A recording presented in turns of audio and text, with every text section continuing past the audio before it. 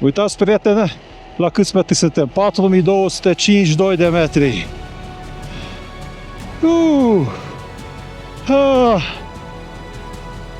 No, am un pisip lipsa de oxigen. Sorry. Everything is okay?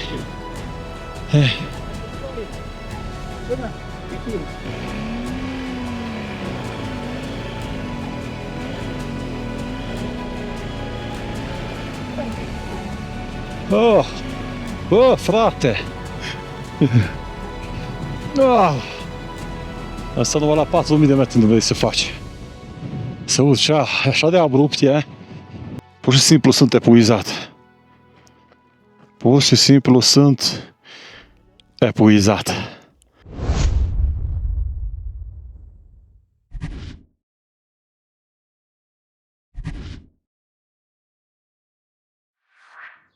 Bună dimineața, prieteni! Este ora 8:10, suntem la Corog, aici la hotelul Alibaba, unde am stat și cu Norbi. Și uitați, a venit micul dejun. Bună dimineața! A venit micul dejun cu de toate ce trebuie să fie pe o masă. Ne bucurăm foarte mult și am primit și un clop. Uite, stați așa. Oi, ce bine! Foarte fain! Acum sunt adevărat tajig. Tajik? Tajig? Badakhshani. Badakhshani.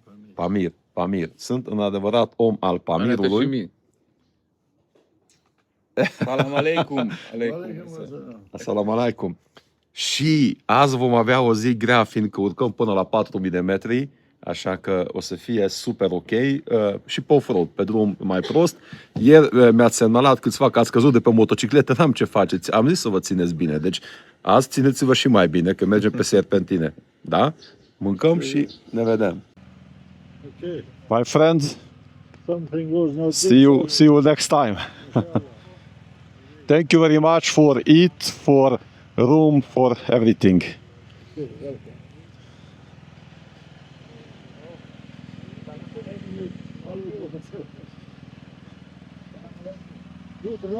Thank you very much.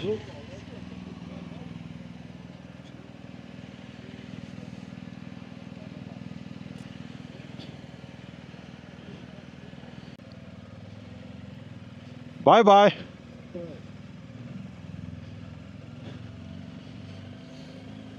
No. Am pornit, prieten, în o nouă zi. Trebuie să beau cafea, să mă opresc să facem, că aici a fost numai nes, dar a fost gustos nesul ăsta. De mână am băut așa nes bun.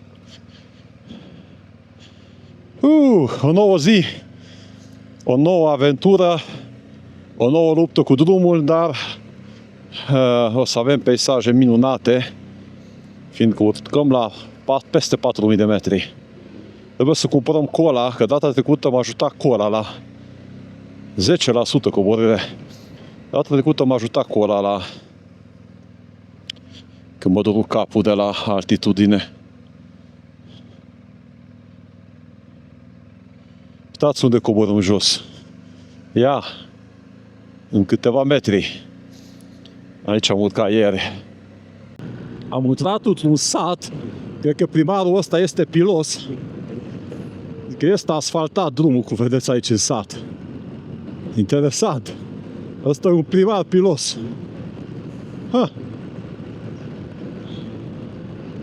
Sau nu știu ce cu asfaltul ăsta nou, că nimeni n-a vorbit de asfaltul ăsta nou.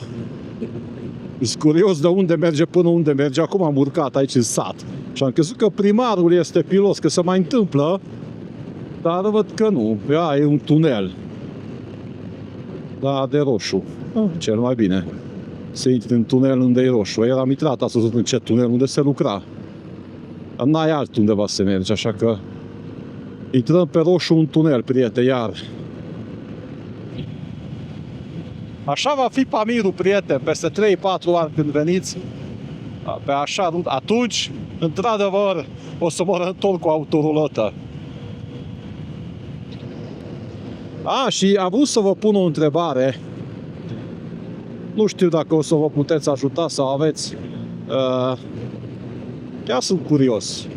Am zis, aproape 90.000 de abonați și mulțumesc foarte mult că v-ați abonat. Știți, cine este nou pe canal, am spus că dacă ajung la 100.000 de abonați, indiferent dacă va fi iarnă sau vara, voi merge cu bicicleta din Satul Mare până la București, eu care după 10 km în oră, dar fac, nu mă interesează. Deci am zis, dacă ajung la 100.000, deci abonează-te dacă vrei să mă vezi chinuind. Ok, și întrebarea care, dacă profit de drumul ăsta bun,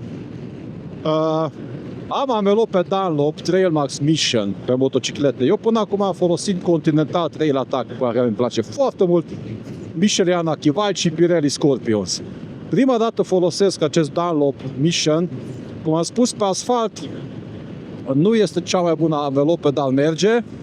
În schimb, am făcut deja peste 10.000 de kilometri cu această anvelope și zici că sunt noi.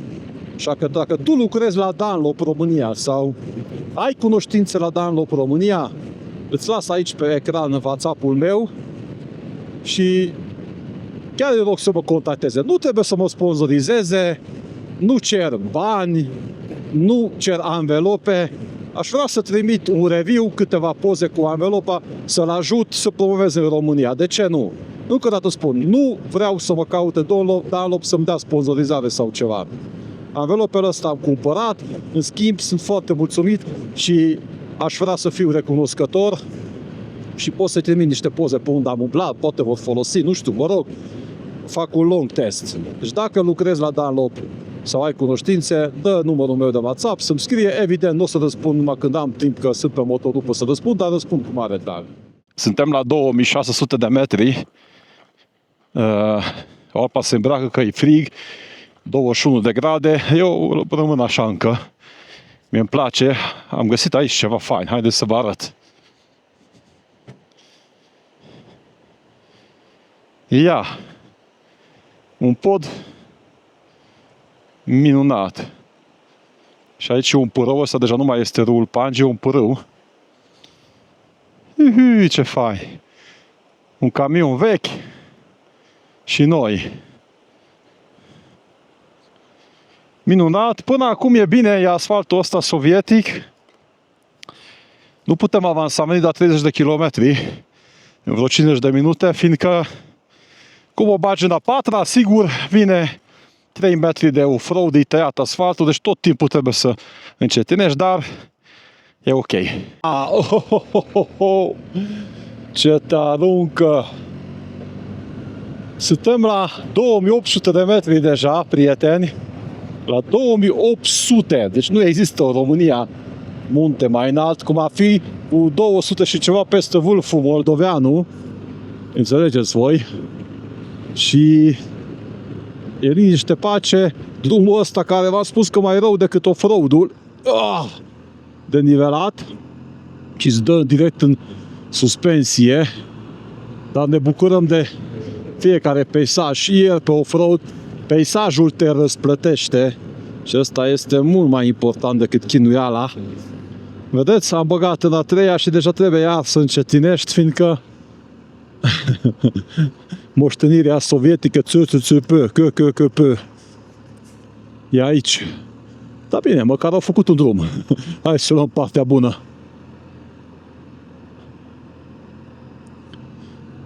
Și mulți au scris că de ce nu europenii construiesc drumuri aici, de ce chinezii? Păi China aici, peste munte. Am ajuns la cota 3000 de metri, 2900, aproape 3000, luăm acolo o curbă și va fi 3000, deci bine ați venit la 3000 de metri, sunt 22 de grade, deci nu este frig, chiar mă mir. Munții ăia sunt undeva la 5000 de metri, ăia undeva la 6000 și cum trecem o să ajungem la 7000 și ceva. Iar mâine vă arătăm Lenin Peak, vârful Lenin, care a fost cel mai înalt vârf din Uniunea Sovietică, când Tajikistan, Kirghistan și toate stanurile aparțineau sovieticilor. La fel ca și acest drum prăpăd, care au lăsat moștenire pentru tajic și pentru kirghizi. Rock and roll, mergem mai departe. Țineți-vă bine pe șaua din spate, că ați văzut, sunt de nivelări și iar am pierdut pe cineva, o strigat după mine, dar nu m-am mai întors. Am spus să țineți-vă bine. Dar mă întorc să recuperăm. Misiune specială, trebuie să depășim camionul ăsta, dar nici el nu ne vede sau nu știu ce face.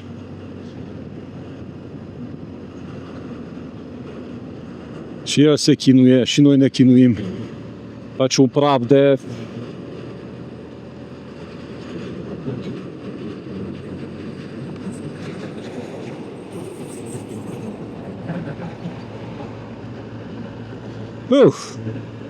Ajunge un camion să facă un praf că te înghite. Aici deja e tare rău drumul.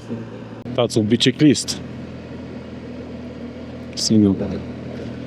Mască. Are ce pedala sus. Noi venim de vreo 100 de kilometri, nu mă urcăm, prieteni, și suntem la 3550 de metri și de 100 de kilometri nu mă urcăm. Vă dați seama la cu bicicleta. Și aici trebuie să ai gambe, nu ca al meu. Că după o zi de off-road nu mai pot să stau în picioare. Aia stari, bicicliștii. Da, ce frumos e. Capra cu 3 iezi. Marco Polo Ship. Wow! Capra cea Marco Polo. Minunat. Pamir Highway. Austrieci.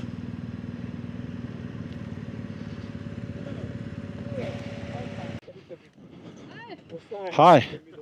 Nice to meet you. Nice to meet you, Attila. Attila, my name. Nice to meet you. Hello, Attila. Attila, nice to meet you.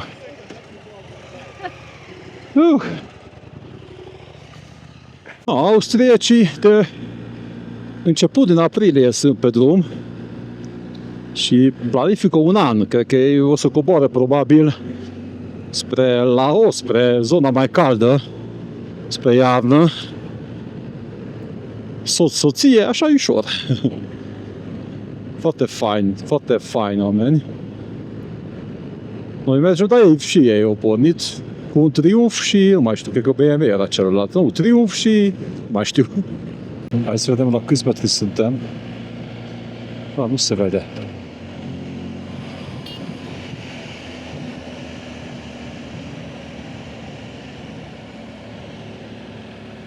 ...3737 de metri, 3800. Asta libertate, fraților, uitați ce e aici. La 3800 de metri v-am adus, v-am spus că azi o să vă aduc la ceva super fain și o să vedeți peisaje și libertate ieșită din comun. Ăsta înseamnă Pamirul.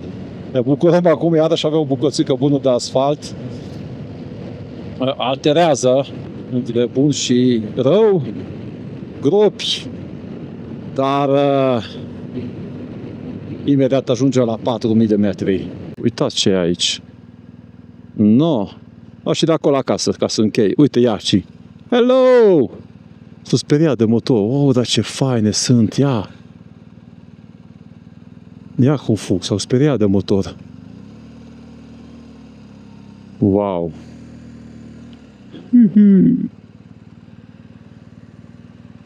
Frumos! Foarte fain! Stai să mă ridic în scăriță, poate vedeți mai bine. Ia! Turmă de iaci! Sau cum se zice? Uite și acolo în față ce avem. Hello! Bă, să nu dați în noi. Ăla cum se uită la mine. Mă, voi dați în motocicliști? Sper că nu. Nu. S-a speriat. Ia ce frumos. Wow! Oho! Așa ceva nu vezi în Europa.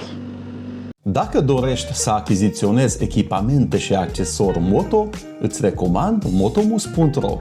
Aplicând codul de promoție NEO, vei beneficia automat de reducere. Off-road la 4000 de metri. Hei! Cel mai bine să faci off-road la 4000 de metri.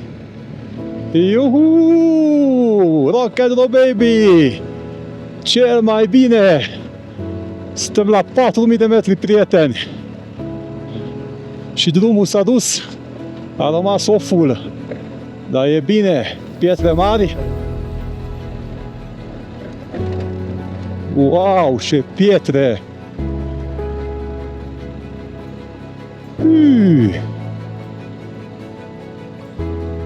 Și nisip adânc. Prietenul nostru, nisipul. Sau praf ăsta, nu-i nisip. Opa! Ia ce pietre! Uhu!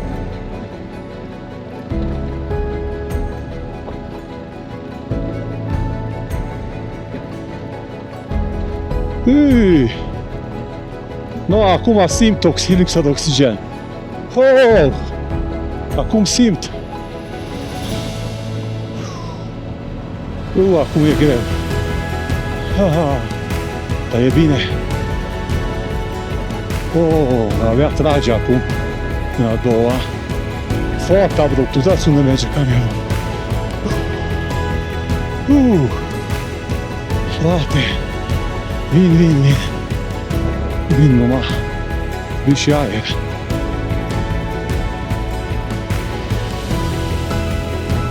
Du-te.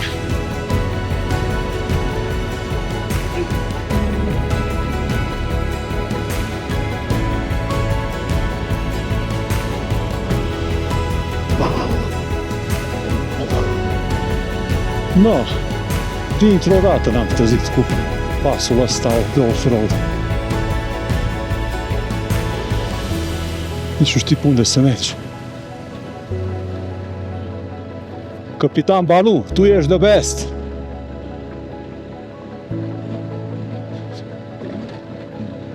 Capitan Balu the best! Vreau să stau un pic jos ca aerul. E lux.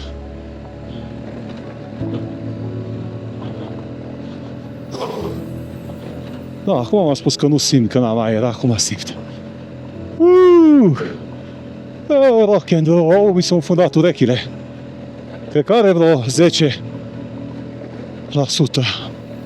înclinare. Trebuie să stau jos un pic. Chiar dacă nu e bine bun pe off-road să stai jos. 4050 de metri.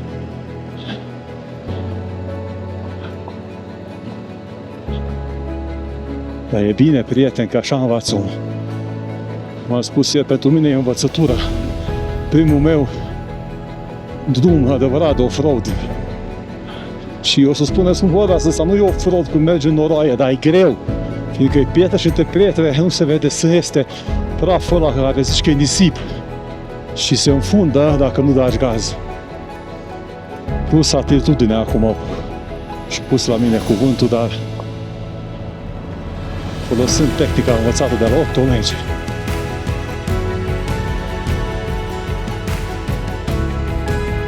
Uitați, prietene, la câți metri suntem? 4252 de metri.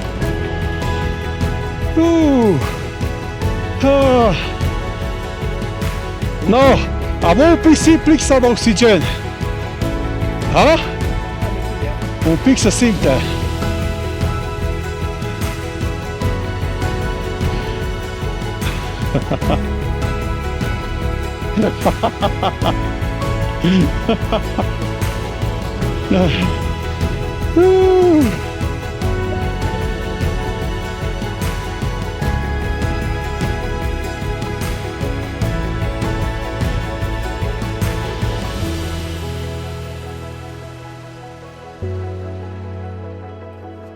Prieten, dacă am spus acolo jos pe asfalt că nu simt nimic, ei, aici am urcat la 4250-70 de metri, aproape la 4300, simt. Dar nu simt că n-am aer. Știți ce simt? Am început să facem poze cu apa și am simțit că așa, parcă sunt beat. Asta am simțit. Poate că dintr-o dată ne-am urcat aici sus, dar trebuie să mănânc un pic de dulce, ceva napolitane, trebuie să mănânc, că avem la noi. Simt că am nevoie. Deci, așa, spre un pic de leșin, dar revenim. Ne-am oprit și revenim. Pornim mai departe.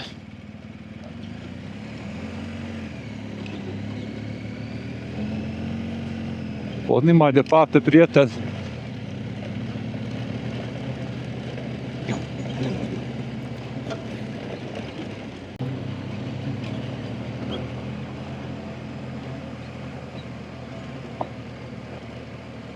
No, off-road. Bine că ne-am oprit un pic, că simțeam că pur și simplu îs ca un om beat.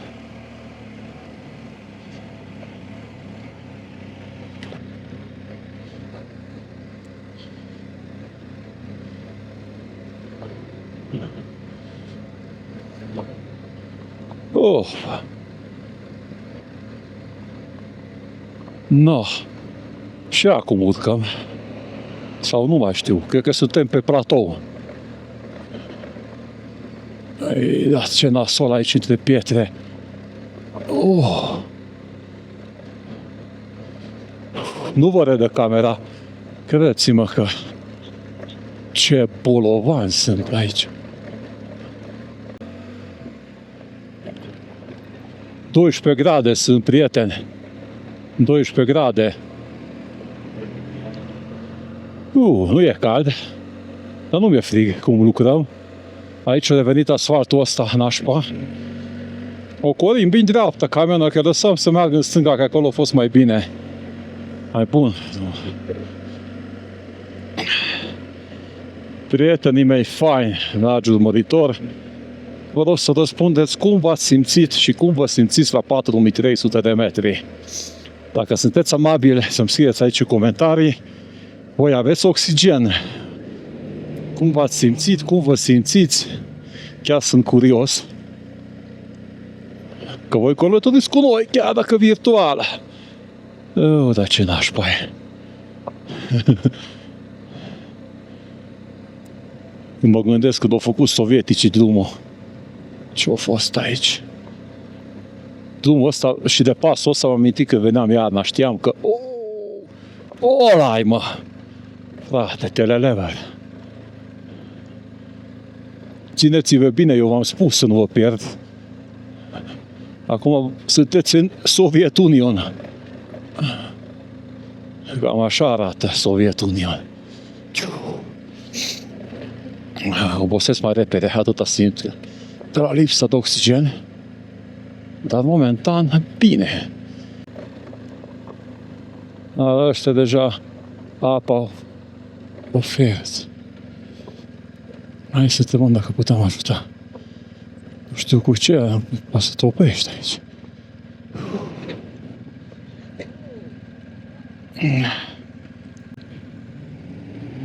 Da, o pornit, uite, a dat drumul. Suzuki o pornit.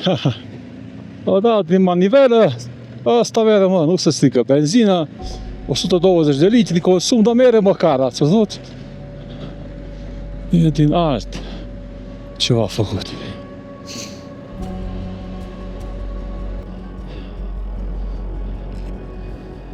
Sorry. Everything is okay? Hey,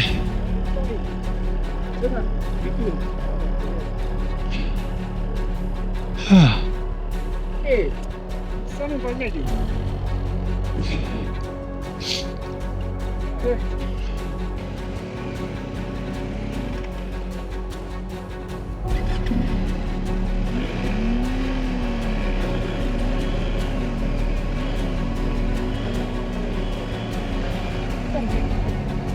Oh, bă, frate!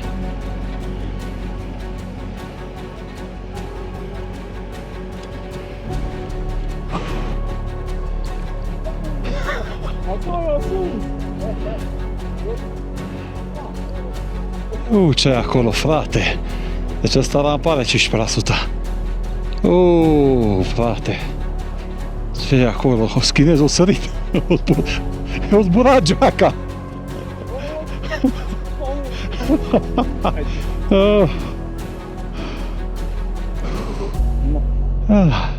Vezi nicio la camioanele pe acolo.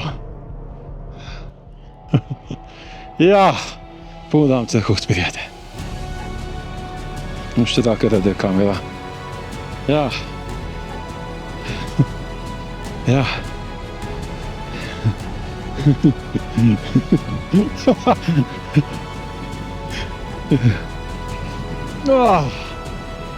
Asta numai la 4000 de metri nu vrei să faci.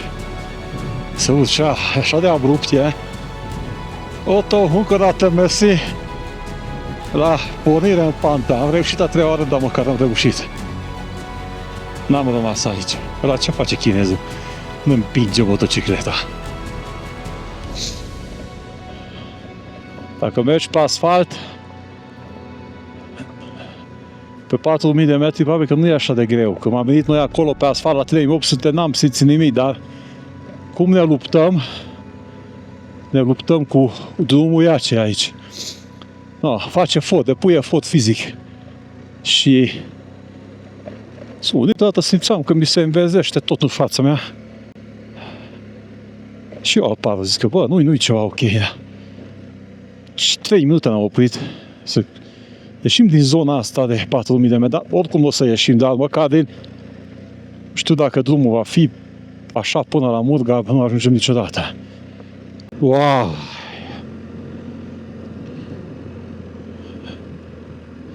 Știți cum? O zis un prieten din Ungaria care a fost pe Pamir cu motocicleta. Acest peisaj nu se prede singur, nu se dă singur, ușor. Nu se dă ușor. Pentru asta trebuie să lupți.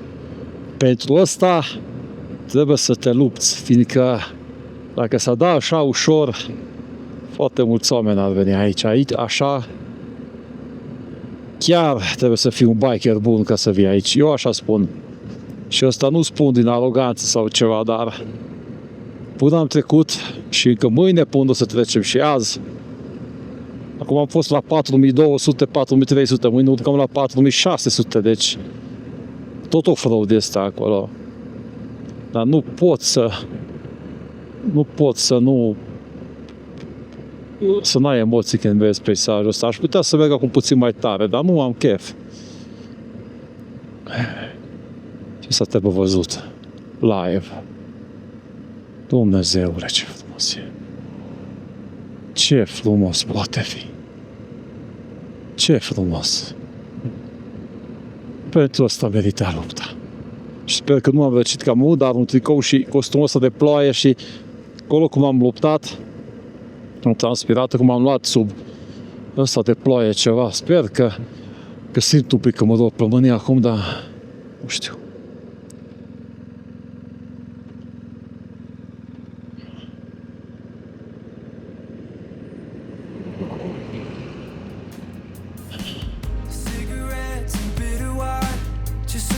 Underneath that moonlight, getting closer.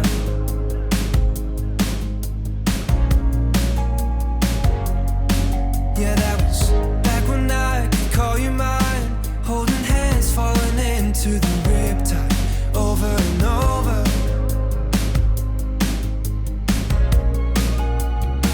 Yeah, we were taking off always running, wasting our days for nothing, singing I love you, with you riding shotgun in my car.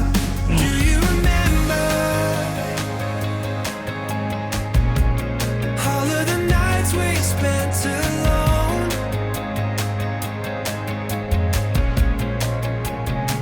When we were burning the embers, waiting for the sunrise in the morning, bring us home. You know that I do, but tell me, do you remember? There was nothing. Pun microfonul aici că tare bate vântul. Deci ieri, dacă a fost greu pe off-road, fiindcă era terenul accidentat, praf, camioane, aici mai puține camioane, dar la 4300 de metri pe bolovane și sunt platouri întinse, nu se vedea cât de abrupt e. Numai când te-ai oprit și trebuia să pornești. Și acum suntem la 4000 de metri, aproape 3900, cât a zis? 3900, aproape 4000, hai să dăm rotujim.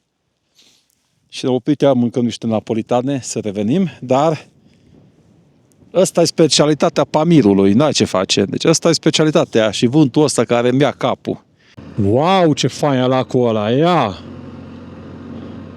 E lac Sărat, ăsta sunt lacul Sărate. Noi doi cu apa, de mult! N-a mai venit nicio mașină, nimic, nici camion. Mai avem 100 de kilometri până la Murgab. Ești pe asfaltul ăsta bun și odată, buf, trebuie să frânezi. Nu putem să mergem cu viteză, că nici nu vezi, niciodată, bong, o groapă și te-ai rupt. Și mergem așa ușor, am zis mai bine ajungem cu o oră mai târziu. Uitați acolo unde e Alpar. Ia. Și trebuie să încetinești.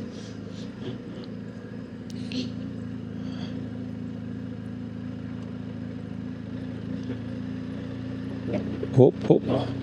Asta e. Hihi. S-a deschis Pamirul și drumul s-a prostit. Ia. S-a prostituat. Oh. Bă, frate. Cum arată?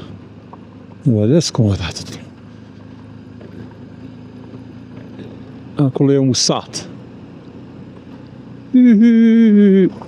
Rock and roll, baby.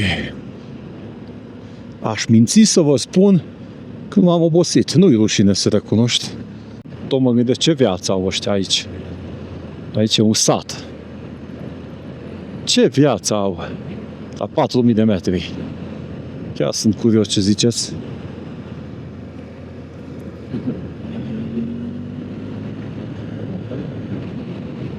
Bine, e frumos așa, munte, uitați, au și verde, pășune, interesat la 4000 de metri pășune.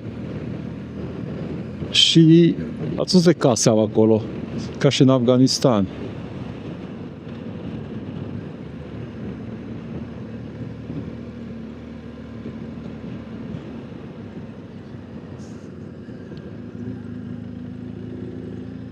Hai să, uite, motocicliști, hai să salutăm și cumpărăm cola. Vreau să cumpărăm cola, că de la cola mi-a trecut amețeala data trecută.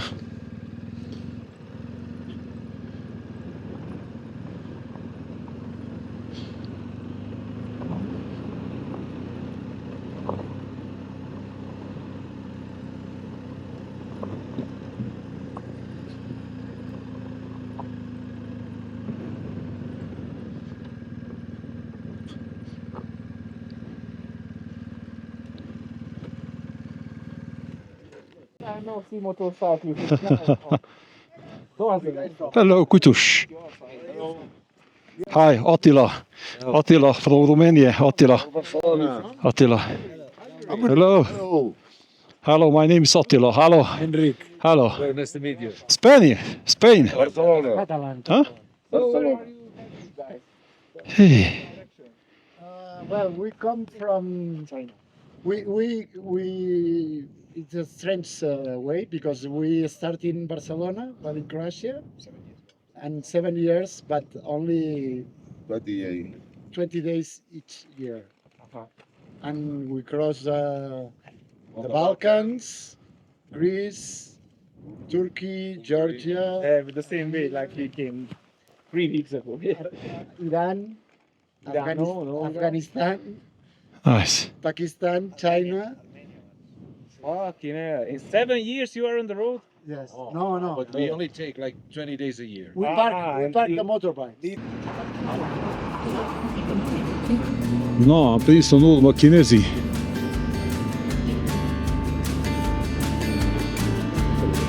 Unul a intrat acolo în șanț până ce am apăsat camera, deja am venit.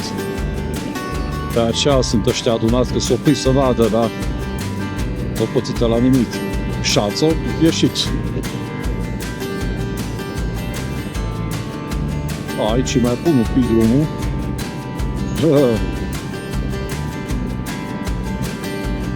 Eu am strigat prea repede pe tot drumul bun.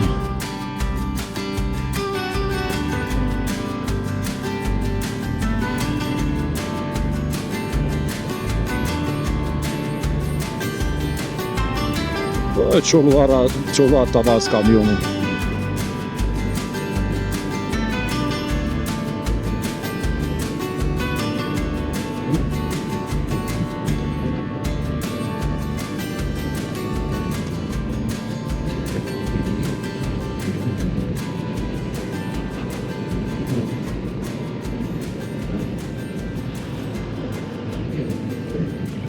Mai avem 45 de minute. Pur și simplu sunt epuizat. Pur și simplu sunt epuizat. Nu știu cum o să rezistăm cei 45 de kilometri. Ia, dar nu avem ce face. Trebuie să mergem, că sunt 10 grade deja, e frig. Apa se îmbracă, s-a oprit. Deci nu înțeleg. Așa de greu putem avansa pe drumul ăsta. O să deprindă și noaptea, poate. Asta e, rupt. Much later. Bine ați venit la Murgab, prieteni. Sperăm că găsim, că aici străzile nu sunt așa ca și în Europa, o să vedeți. Sperăm că găsim cazarea 5 km. Pantera, leopard. Aici sunt leopard, să mă spun. Leopardul alb. Dar ce frig e. Deci, bate un vânt, prieten. Un vânt rece, 14 grade. Zici că e vânt de iarnă. Asta e.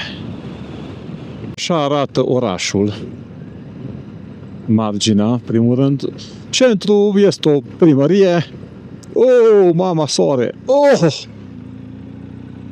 Deci așa stau oamenii. Eu așa are și Canat casă. De afară se vede așa mai prăpădit, dar înăuntru era frumos la el. Nu suntem obișnuiți cu stilul ăsta de case. Și de aceea credem că, uite, dar înăuntru a fost chiar frumos. Și peretele cu culori persian. Nu-i rău. Cred că tot din ăsta o să stăm. Că nu sunt alte case aici. Nu vezi alt stil de casă. Aici au apă. Acolo e benzinerie. Acolo o să alimentăm, vedeți? E simplu, ca bună ziua. Așa aici. Ajungem în centru. 92, benzină 92 și 80. Oh, ce e acolo? Copiii se joacă, ia. Seara. E ceva festival. Uite, scenă. Da, oamenii sunt îmbrăcați cu căciulă, cu... E scenă, e festival. Davai, uite, cântă, nu știu, cineva, o femeie. E ziua orașului azi. Aha. Fain. Da, din spate cred că deja nu mai prinde, plăcuța-i praf. După atâta off-road deja aici. Nu, aici suntem într-un depozit de... Unde e aici guest house-ul? Ha! Am ajuns la un... Unde am ajuns? Sute tractoare.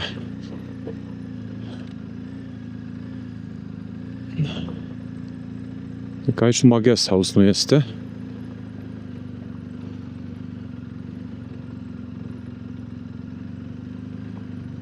Aici nu este guest house.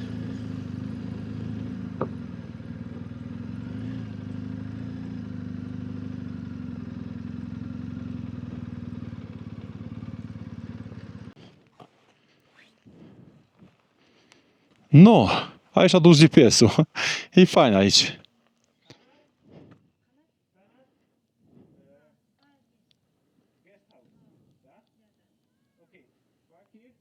Da, aici am dus. Aici e guest house. Avem o grămadă de copii.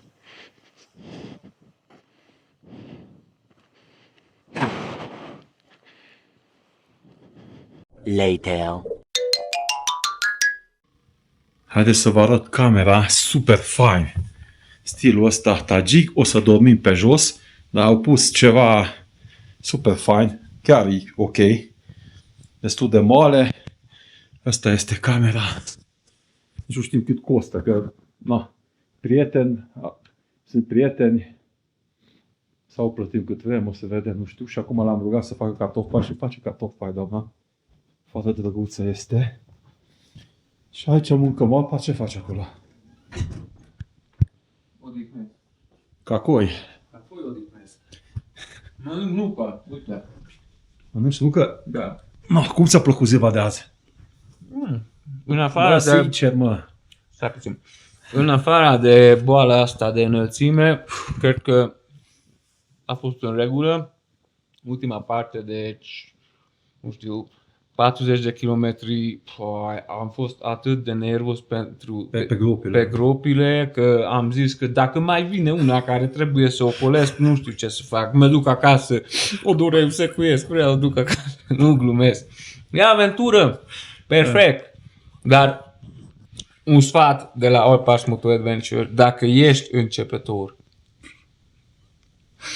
nu vine aici. Nu, așa tot mă cheamă. Bine ai zis. Dacă ești începător, nu veni pe Pamir. Da, ăsta înălțimea și acum am întrebat de la ChatGPT, cu 42% este mai puțin oxigen decât la satul mare.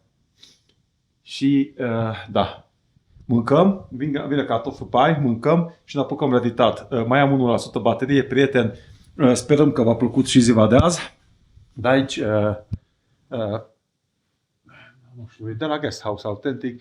Mulțumim frumos că ați fost și azi pe șaua din spate. Cine a căzut, cer iertare, dar sper că totul mai este bine. Mulțumim frumos pentru susținerea voastră. Iar dacă mai aveți un pic de timp, trageți cu ochiul pe site-ul meu pe Berti Ciotila, fiindcă au susținut noi produse. Și mâine vă luăm cu noi pe Akbaitar Pass. Urcăm la 4655 de metri și după aceea coborâm direct în Kyrgyzstan. Deci mâine va fi din nou o zi excelentă, iar eu vă doresc o seară cât mai minunată. Și am înțeles că este campionatul mondial de fotbal. N-am văzut niciun meci, dar hai, cu cine țineți? Hai România!